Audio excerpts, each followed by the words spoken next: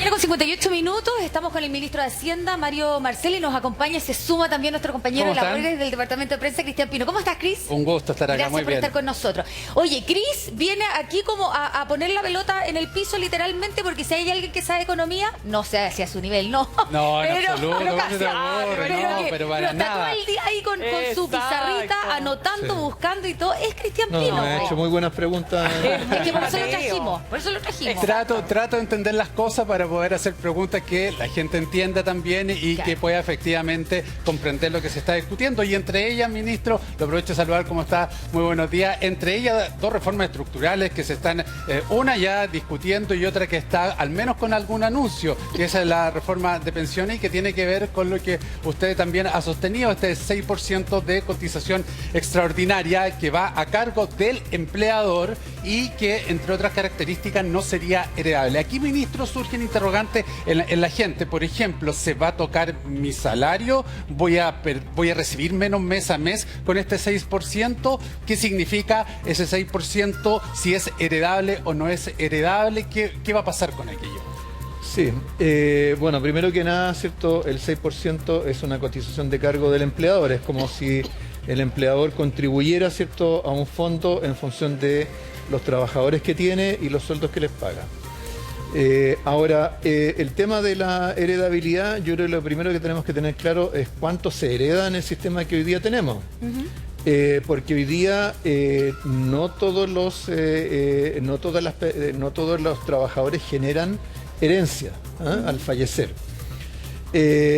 Actualmente existe herencia en tres casos. Existe herencia en el caso de un pensionado por retiro programado, que hereda el saldo de la cuenta, ¿cierto?, de la cual está girando para el retiro programado. Genera herencia los pensionados por discapacidad, que lo hicieron bajo la modalidad de retiro programado, y en el caso de los trabajadores activos que fallecen y no generan pensiones de sobrevivencia, o sea, pensiones de viudeo o de orfandad. El total de las herencias que se generan en relación a los trabajadores que fallecen, trabajadores activos o pasivos, es poco más del 10%. O sea, solamente uno de cada 8 trabajadores que fallecen generan una herencia. Por lo tanto, eso está lejos de ser una situación generalizada. Por otro lado, también esas herencias es en función de los saldos que han ido quedando en las cuentas de los trabajadores. Si uno considera la mediana de las herencias y la divide por el número de herederos, lo que va a obtener es que en los casos en que hay herencia, en general, ¿cierto?, esa herencia no sobrepasa los 2 millones de pesos por heredero.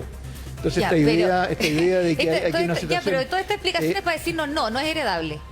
Esta explicación es para decir que la definición del sistema actual no es un sistema que se defina por la heredabilidad de las pensiones, porque es solamente uno de cada 8 trabajadores que fallecen. Entonces se ha generado como la idea de que aquí todos vamos a recibir herencia o vamos a entregar herencia, y en realidad lo que ocurre de manera mucho más generalizada en el sistema de pensiones es la generación de pensiones de sobrevivencia, de viudez, de orfandad. ¿Ya? Ahora, en el caso, ¿por qué, es cierto, la heredabilidad no puede ser un principio único para definir todo lo que pasa en el sistema de pensiones? Porque, por ejemplo, ¿cierto?, tenemos que hay una diferencia grande entre hombres y mujeres en términos de las pensiones a las que acceden, ¿cierto? Por diferencia de las expectativas de vida, porque muchas mujeres, ¿cierto?, se integran más tarde al mercado del trabajo o lo abandonan, ¿cierto?, durante los años durante el periodo de maternidad, o como pasó ahora con el COVID-19, que dejan el mercado del trabajo, dejan un empleo remunerado para cuidar a los hijos.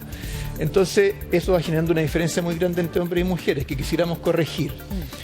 Si todos los aportes previsionales fueran de propiedad individual y heredables, nosotros, hombres, ¿cierto?, nos quedaríamos solo con nuestros fondos, los guardaríamos para nosotros, los usaríamos para nuestro consumo, se lo daríamos a nuestros herederos. Pero las mujeres, ¿en qué momento, cierto, compartirían, en qué momento compartiríamos nuestras pensiones con las mujeres. Entonces, para eso tiene que haber un sistema que genere compensaciones. Para generar esas compensaciones no puede ser todo heredable. Es como un seguro. Ministro, tenemos claro entonces que no va a ser heredable lo que usted ha defendido también, no solamente ahora, sino con anterioridad. Sé que tiene su agenda muy ocupada y le quería preguntar acerca de la reforma tributaria. Y bueno, hay muchos temas que se acercan mucho más a la población, como por ejemplo fue el hecho de que se presentara el pago de impuestos por arriendo. Ustedes ayer se abren a que adultos mayores pertenecientes al 60% de la población más vulnerable no pague. ¿Eso va a ser así? ¿Se va a negociar eso? Bueno, estamos recién empezando, ¿cierto?, la discusión de la reforma tributaria. Ayer terminamos una primera ronda de revisión tema por tema con los parlamentarios de la Comisión de Hacienda de la Cámara de Diputados.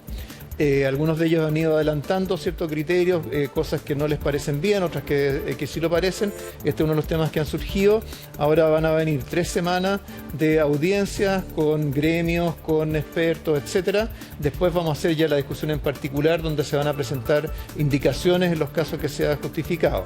Lo que se ha planteado en este caso por parte de algunos parlamentarios es que en el caso de adultos mayores que tienen exención de las contribuciones del impuesto territorial por el hecho de pertenecer al 60% más pobre, también esa misma exención se aplique al impuesto a la renta sobre los arriendos que pudieran estar obteniendo por propiedades que entregan en arriendo. Es una posibilidad, es un tema que nos hemos abierto a estudiar.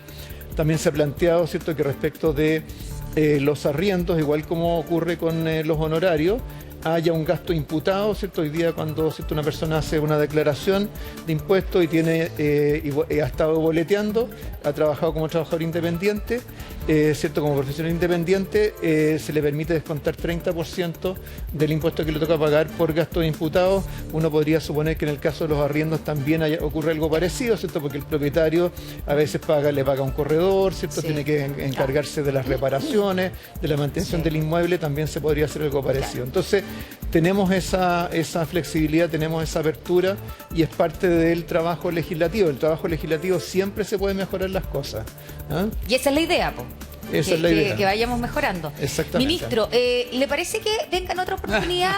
Tenemos tantas preguntas que nos quedaron en el tintero, pues, ministro. Y otras que surgirán más adelante. También por esto. Ya, pues, comprométase. Ya, bueno. Lo esperamos acá. ¿No se va a dar una voltereta después, po? ¿No? No. Gracias, ministro, por haber estado con nosotros esta tarde. Gracias, Cristian, por acompañarnos. Que estés muy bien. Gracias, ministro.